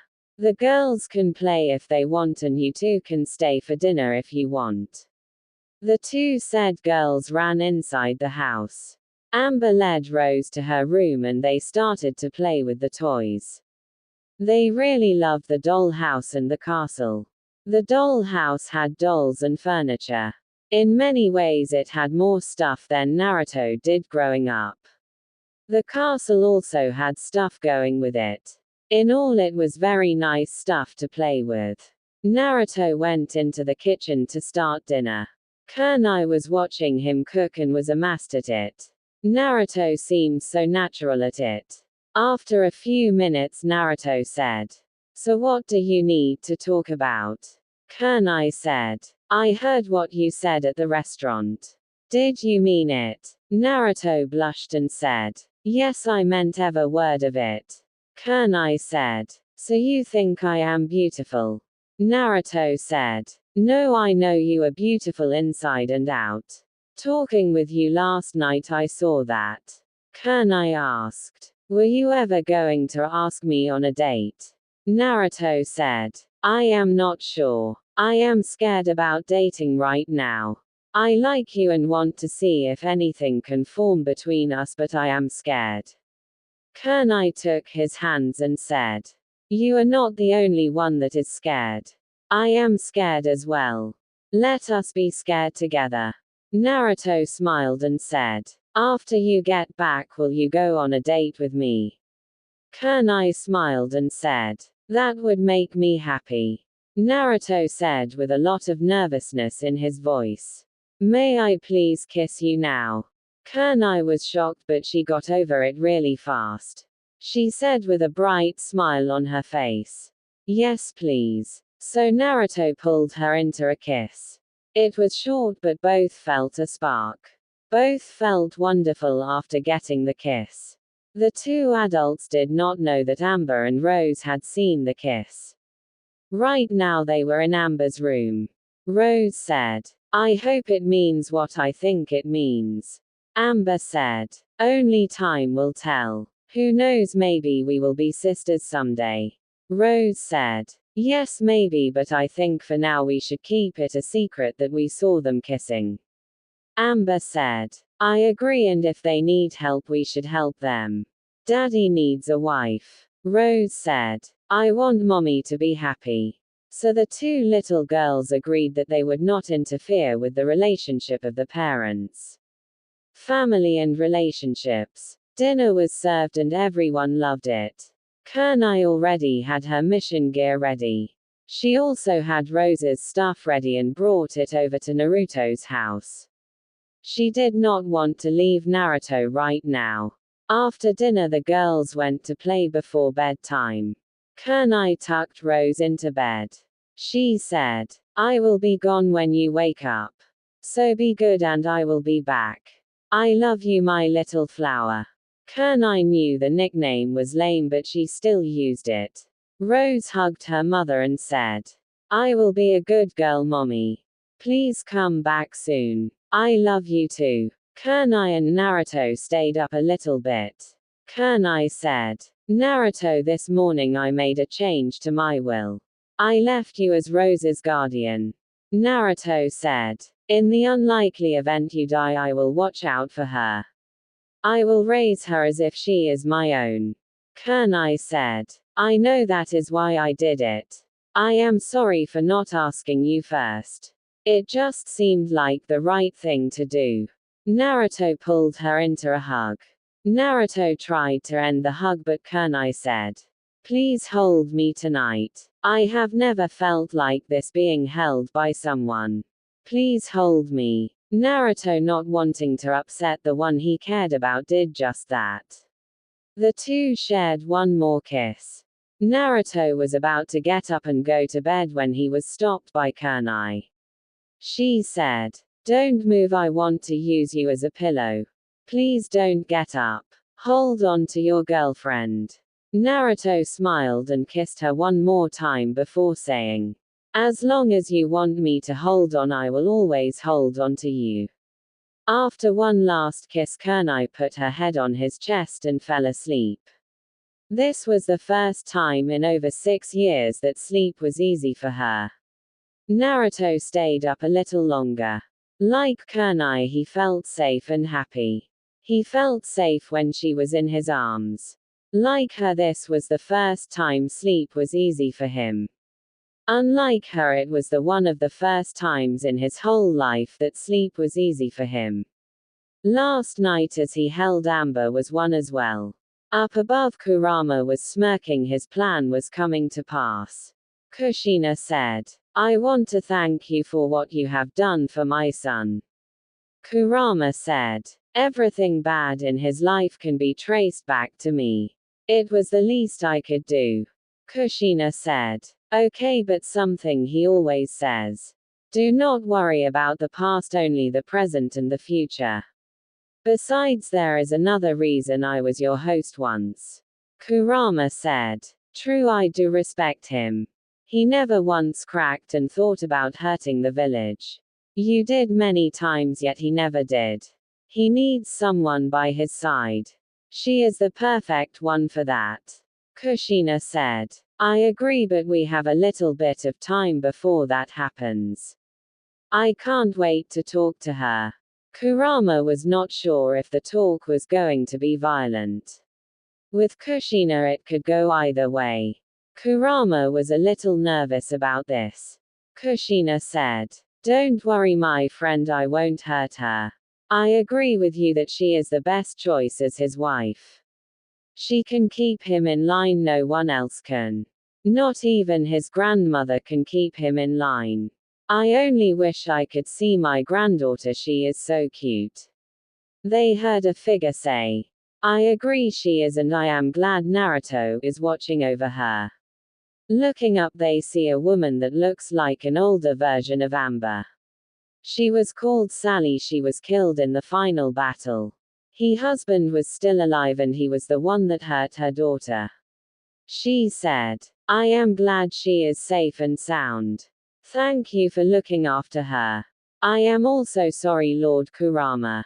Anime and manga. You see, Sally was one of the many people that hurt Naruto when he was younger. She did not miss the irony at all. My readers, have you missed it? Kurama said. Thank you, but it is Naruto you need to apologize to. He is the one you hurt. Yes, he does know that he adopted the daughter of one of his abusers. Sally said. Then I shall do that. Naruto was asleep. Often when he was sleeping he was in his mindscape. After a while someone appeared before him. She was an older version of Amber and Naruto knew who she was. He said. To what do I owe this visit? Here to hurt me for adopting your daughter. Here to get revenge against the demon. Sally looked down in shame. The worst part was that he had no malice in his voice. That part scared Sally more than anything she had ever seen. Sally bowed and said, I am here a few reasons. The first is the thank you for taking care of my daughter and for giving her a home. She took a pause and got all the way on the ground and bowed once more before saying, I am sorry for all that I have done to you. I am sorry for all that I said to you and about you. After Amber was born I saw the truth of what I did. I know words will never make up for what I have done, but I am sorry. Naruto long ago learned to read people's faces so he could tell if someone was lying to him. He knew that Sally was not lying to him. He said, forget about it. The past is done with, let it stay there. Is there anything I need to know about Amber? Sally smiled and said, her birth father is the one that beat her and he is still alive. Please do not let him take her. Naruto promised that he would not. Sally hugged Naruto and then faded away. The next morning Naruto woke up when Kurenai left to go on her mission. He said, by the way, I forgot to mention that one of my sisters has bonded with you. Kurenai said with a look of shock on her face. Really, who? Ice jumped on her shoulder and said, that would be me. Now let us go, we got a mission to do. Kurenai kissed Naruto before she left. Both felt the spark form the kiss and both felt great. Kurenai was well rested since she had not slept that well in years. She was ready for her mission. She made it to the village gate and left to do her mission. It was a simple one but would take time. She now had 2 things or 2 people to return home to. Actual 3 if she counted Amber. Naruto hugged her and that made her break down. Amber joined in the hug when her friend started to cry. Naruto whispered softly in her ear. Let it out, let it all out. We're here for you. It is okay to cry. No one will be upset with you. Rose did just that. After a good hour she was done crying. She had fallen asleep from crying so much and so hard. Naruto had a guess as to what was making her feel this way. He could not help her unless she admitted it. He was unsure if Rose would admit what was scaring her or how long it would take. There was a knock on the door. Naruto, carefully with Rose in his arms, got up and answered it. Standing there was Anko. She says, Sir, I want to meet my niece and why did you not introduce me to her yet? Naruto said, to be honest, I was not sure she is ready to meet you yet. You can be scary at times, sis. Anko said, cut someone's check and drank their blood one time and you are labeled crazy for life. Anko noticed that did not get a reaction out of Naruto. Not even a small smiled. Anko finally saw the girl up close. Amber said, it is nice to meet you, Auntie Anko. Anko was shocked that the girl knew who she was. Amber said, Rose told me about you. She said that you saw Daddy as a little brother. She said you could be scary but you would never harm me or let anyone else harm me. Anko smiled and said, you are right, I will not harm you nor will I let anyone else harm you. It was then that Anko noticed for the first time the position of Rose. She beat herself up for not noticing that right away. Naruto answered the unasked question, but the one he knew was going to be asked anyway. She woke up this morning and broke down crying hard for an hour. She then passed out. Anko said, "Why, what is wrong?" Naruto said, "Amber, go and play please, I will call you when we leave, okay?" Amber asked with a lot of concern on her face. "Is Rose going to be okay?" Naruto said, "It will not be easy, but she will be okay. She will need your help. Be there for her and let her know you are her friend. A simple hug can help out a lot in this case." Amber hugged her father and went to play in her room. Naruto said, "I suspect that she is scared, plain and simple." Anko said, "I never noticed her being scared before." Naruto said, "Then it means that Kurenai made the right choice in allowing her to be a ninja." Naruto said, "You will never be alone. Your mommy made me your guardian should she die. I promise you if that happens I will adopt you and take care of you." He took a pause and pulled the younger girl into a hug before saying, "You mom is one of the strongest I know. She will not die that easily." Anime and manga. Rose said, "Okay, at least I won't be alone. I am still scared." Naruto said, "It is okay to be scared." Rose said, "I thought a ninja could not show fear or emotions." Naruto said, "Yes, you are correct about that point. However, that is on the battlefield." He had to take a pause to figure out how best to explain this. He said, "At home and with friends it is okay to show fear and emotions. If you bury them, then you will end up nothing more than a weapon." Naruto had called Amber down and she climbed onto his lap and cuddled with her father. He said, "There is a guy the first know. His name is Sai. He used to not have any emotions at all. Everything he did was fake. After a while he started to show emotions, but until he did he was not well at all. He did not fit in. He told me that he did not feel like he was a person. He felt like a sword." Naruto took a pause before saying, "So the bottom line is show emotions, do not bury them. At times as a ninja we have to harden our hearts, but they should not stay hardened or else we will not be human." I know that is a lot to take in. If you two still wish to be ninjas, I will start to train you. The two little girls ran upstairs to Amber's room. Naruto went to check on him 10 minutes later and the two were asleep.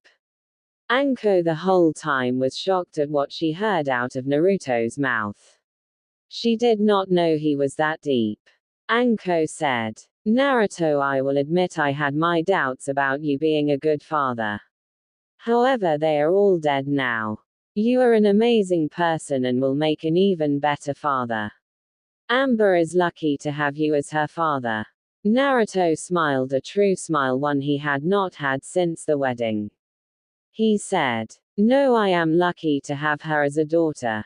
I sense there is something else you want to ask, so what is it?" Anko said, "I was with Kurenai yesterday when we heard what you said. She then went looking for you. So how did it go?" Naruto then told Anko what had happened and all that he felt. Anko smiled and said, "I am happy for you. She is the right one for you. Just don't hurt her." Naruto said, "I would never hurt her, I care about her too much. She called herself my girlfriend. I will never hurt my girlfriend. I am not saying I won't do something stupid. I am a guy after all." Anko hugged him and said, "She will not do what the white-eyed bitch did. Give Kurenai a chance and you both will be happy." Naruto said, "I know, I look forward to our date." Anko said, "If you need someone to watch Amber, I am all for it."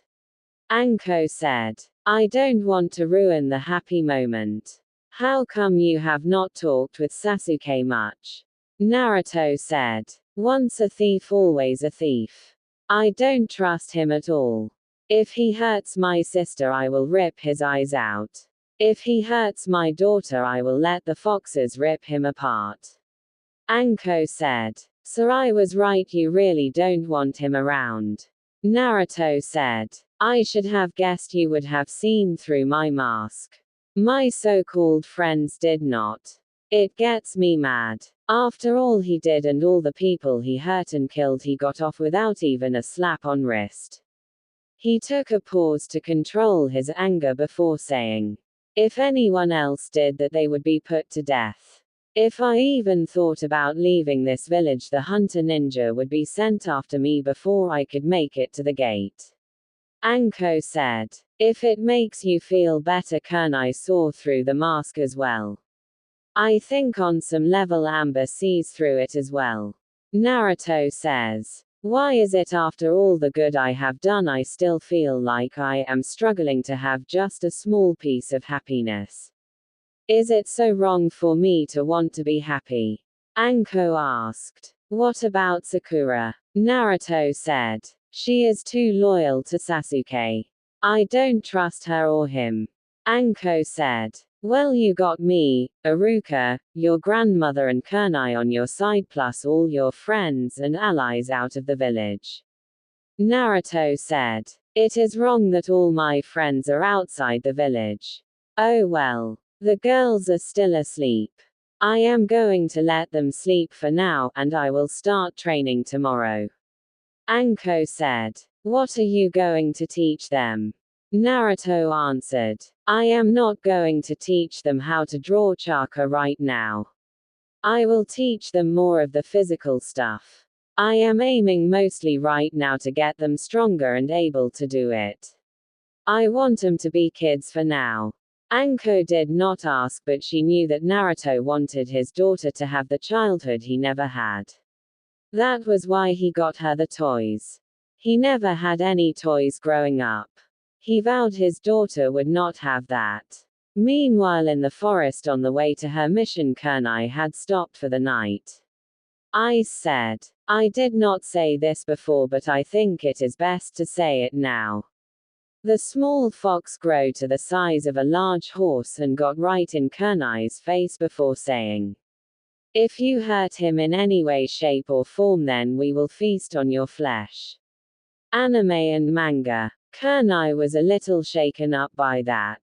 Okay, she was very much shaken up by that. She said after her heartbeat had returned to normal. I will not hurt him. I care about him too much. I have not known him long, but I feel like there is a connection with him. I think I may be in love with him. Ice said. I know you will not hurt him. It is my job as his sister to be protective. You thought Anko and I are scary. Don't piss off Midnight. When she is mad, even the nine-tailed fox is scared. Now let's get this mission done. End chapter. Naruto thought back to the last 3 weeks. Rose and Amber got up the next morning after the emotional roller coaster and they started to train. Naruto first wanted to test him out and see what he was working with. He knew they were young, but he had been surprised before, so it was better to get all the details he could first. So he had the girls do some push-ups, and sit-ups and run laps. He also had them do punches, and kicks. All in all, the girls did very well with the test. After that was over, he had them practice throwing kunai and shuriken and senbon. They had a hard time with the throwing weapons, and it took them the whole 3 weeks to get them even close to the target. As of right now, they could not hit the targets all the time. They could throw them, but the aim was bad. However, they were 4, so for 4-year-olds they did well. As the 3 weeks went by for the other exercises, the girls got better. At this point, they could each do 500 sit-ups and push-ups. They could run 7 laps around Naruto's house without stopping. Each lap was a quarter of a mile. So they could almost run 2 miles non-stop. As for the punches and kicks, they could each do 150 without stopping.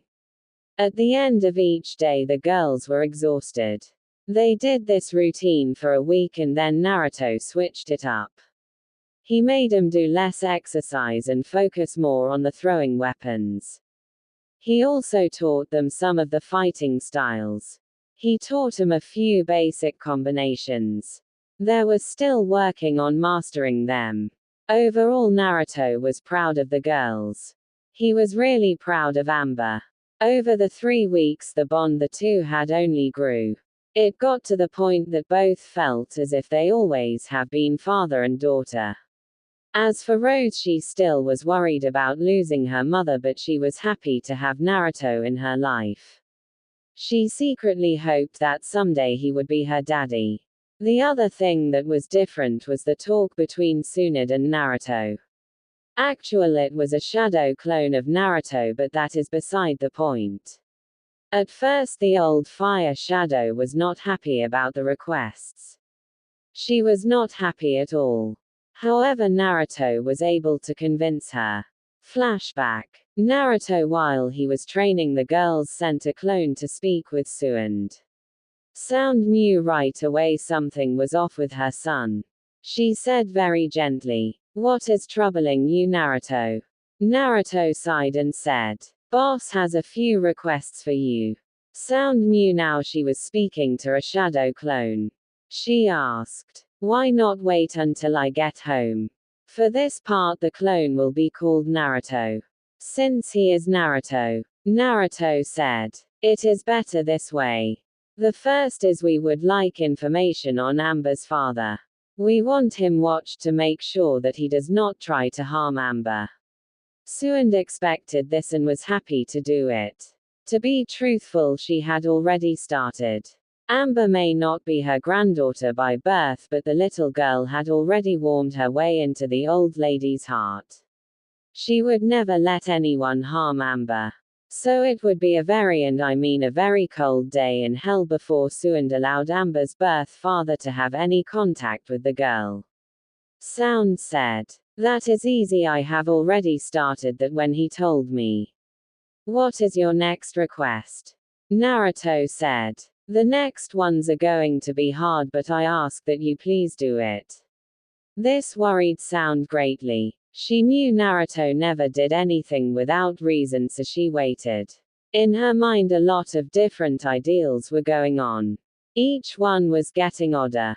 However, his next words she never saw coming. "Anime and manga." Naruto said, "I would like it from now on if only you or Shizune give Amber a checkup. I do not want Sakura doing it." Sound was dumbfounded. Her first instinct was to yell and ask him what the hell. However, after the war she stopped yelling so much. She waited to hear him out. So instead she asked, "Why? I thought she was your friend." Naruto said, "She is a friend, I will not deny that. However, I don't trust Sasuke." Sound said with some anger laced in her voice. However, the anger was overshadowed by confusion. "Okay, I can accept that, but why not Sakura? She will never harm a child." Naruto said without missing a beat and without any emotion at all in his voice. "If Sasuke tells her to, she will. I have seen it in her eyes. She is way too loyal to him.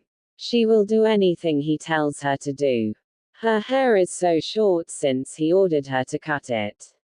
Naruto took a pause before saying, "As to why she did it yesterday, I had no choice." Sound could not argue what he said since it was true. She said, "So you think Sasuke might harm Amber? I thought you had forgiven him and made peace with him." Naruto said, "I have. That does not mean I trust him at all. I don't trust him to not try and hurt my family. As long as Sakura is married to him, I do not want her dealing with my daughter in any medical setting and unless it is absolutely necessary." Sound asked, "Why don't you trust him?" Naruto said, "Once a snake, always a snake. He got no punishment at all. He was given everything on a golden platter after all the crimes he had committed. After all the people he hurt and killed. It is like they did not matter. I know for many people on the council it does not.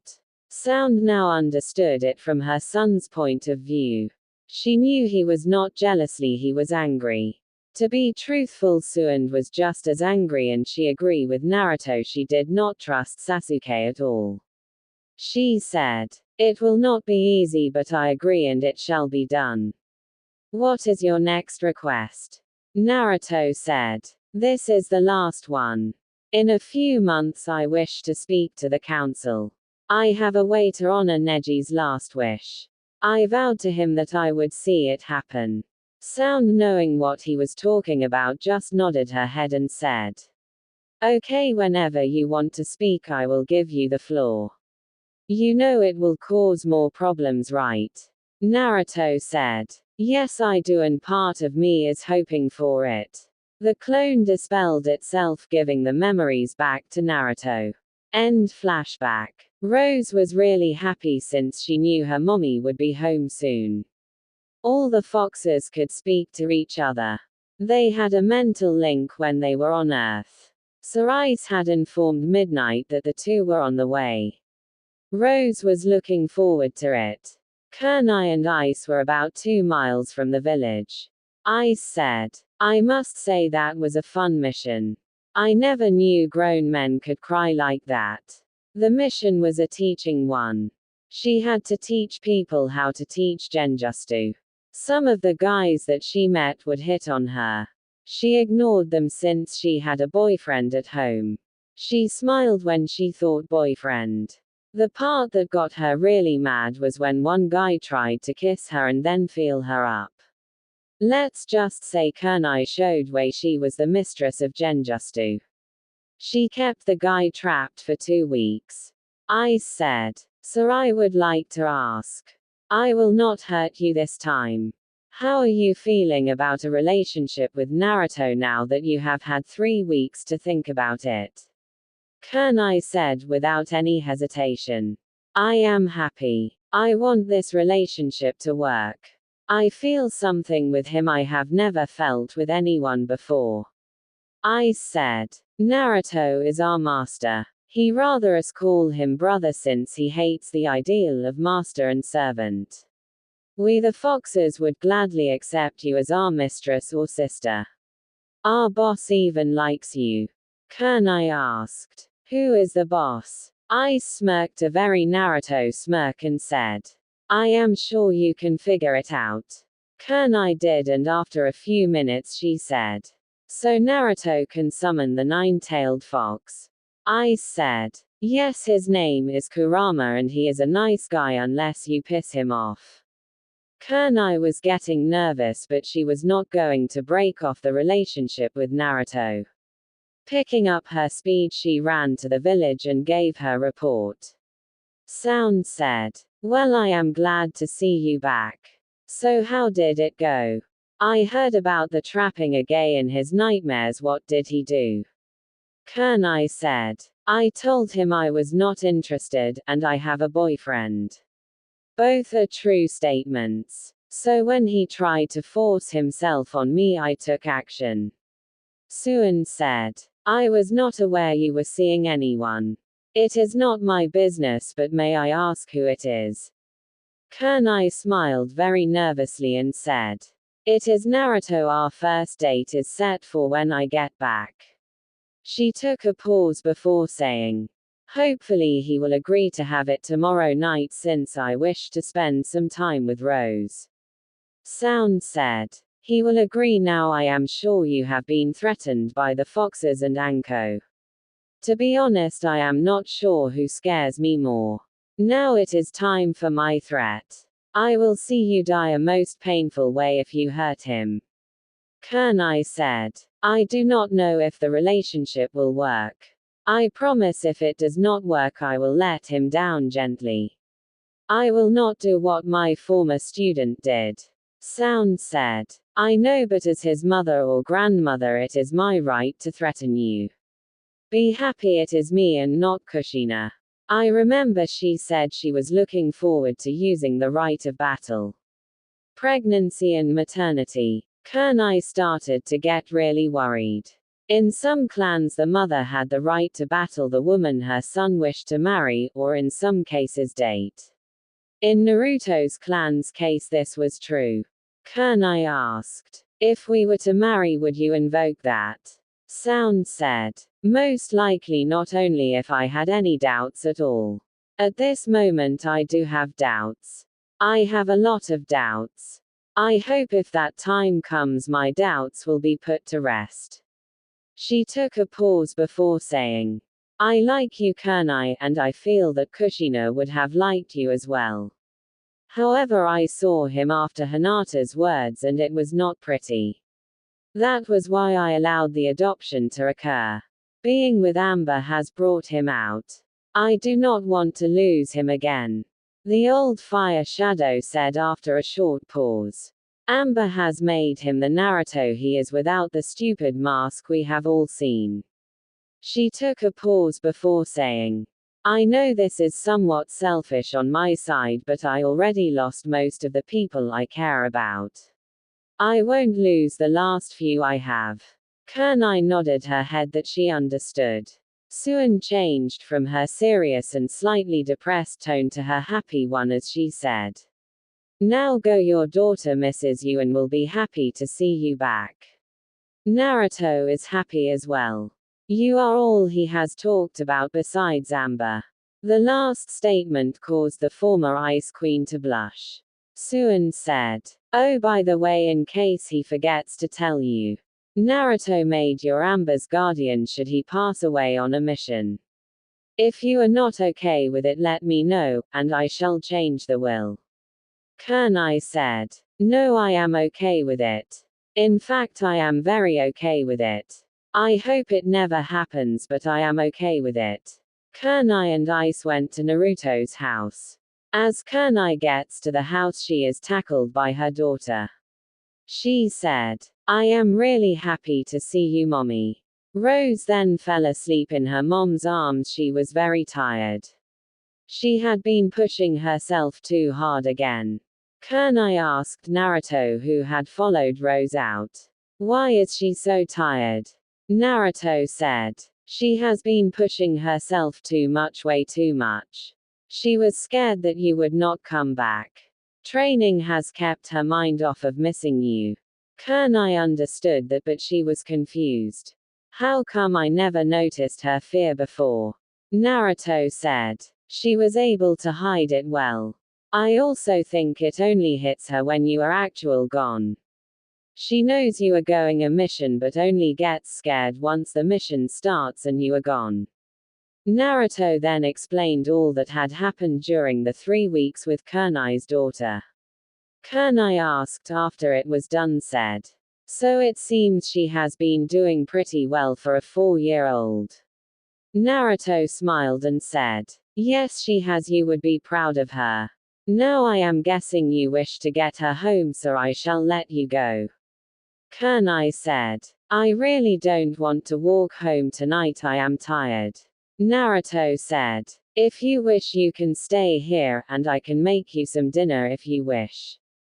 Kurenai really liked that thought. She kissed Naruto to let him know how much she liked that ideal. That, and she wanted to kiss him once more. She went inside and gently put Rose to bed. Rose had stayed up late waiting for her mother. Amber was already in bed. Naruto made Kurenai some food and she happily ate it. Naruto then massaged her shoulders. Kurenai would have used him as a pillow again. She missed that on her mission. Sadly, there was a knock on the door. An Anbu came in and told Naruto then he was needed at the Hokage Tower. Kurenai said she would stay and watch Amber. Naruto got to the tower and was met by Shizune. She said, "I am sorry, Naruto, but you are needed. A client has asked for you and the situation is dire. A lot of children have been kidnapped from Spring or Snow Country. Their daimyo Yuki has asked for you and you alone." Naruto said, "She would never ask unless it was important, so give me an hour and I will leave." With a yellow flash he was back home. Kurenai had only known Naruto a short time, but she could tell that her boyfriend was nervous. Before she could ask, he said, "In the land of spring some children have been kidnapped and the daimyo is asking for my help." Kurenai said, "I will watch Amber until you get back." Naruto smiled and gently kissed her. He then woke up Amber. He did not want to leave without telling her goodbye. Amber knew something was wrong when her daddy woke her up, she could tell. Naruto said, "My angel, I have been called on a mission. Some children have been kidnapped and I need to rescue them." Amber said very calmly, "Okay daddy, I love you, please be safe." She picked up a bracelet she made. She took it and gave it to her daddy and said, "Please wear this daddy and please be safe. I made this for you for good luck on your missions." Naruto hugged her very closely and said, "I promise I will come back, my angel. I love you and I will be safe. Be good for Auntie Kurenai and Auntie Anko and Grandma." After Naruto left on his mission, Amber said in a voice that was both scared but also accepting, "Auntie, please hold me tonight." Kurenai did not have the heart to tell the little girl no. So she picked up Amber and picked up Rose. She then went to the bed and pulled both girls to her and the two fell asleep. Kurenai was able to fall asleep so fast since she was very tired, and the bed she used was Naruto's and it had his scent on it. It brought her peace. The next morning the three got up and Kurenai made food for the girls. Sound was there. She hugged Amber and said, "If you need me then come to my office and stay with me. Your daddy will come back." Sound left and once she did, Amber broke down crying and she cried hard. Kurenai did the only thing she could do, and that was to hold the girl close to her. In between sobs, Amber mentioned how she was scared that her daddy would not come back. Kurenai said after an hour and the girl had stopped crying, "Your daddy will come back. He has gone on many dangerous missions and each and every one he has come back alive. That was before he adopted you and he had nothing to come home to." Kurenai took a pause before saying, "Now he has you, which means he will fight harder." This made Amber feel a lot better. She said, "Can you tell me a story about daddy?" Kurenai pulled Rose to her and told a few stories well into the afternoon and night. Kurenai ordered some takeout and the girls had food and went to bed. Ruby had grown to a bigger size and curled up with Amber, covering the little girl with her tail. Shizune got home that night and asked how Amber was. Kurenai said, "As soon as you left she started to cry." Kurenai then told everything that had happened. Shizune said, "Well, you have earned more points in my book. She is strong just like her dad." Kurenai said, "Yes, I agree, she will be a great ninja someday." She took a pause and gathered up all the courage she had in her.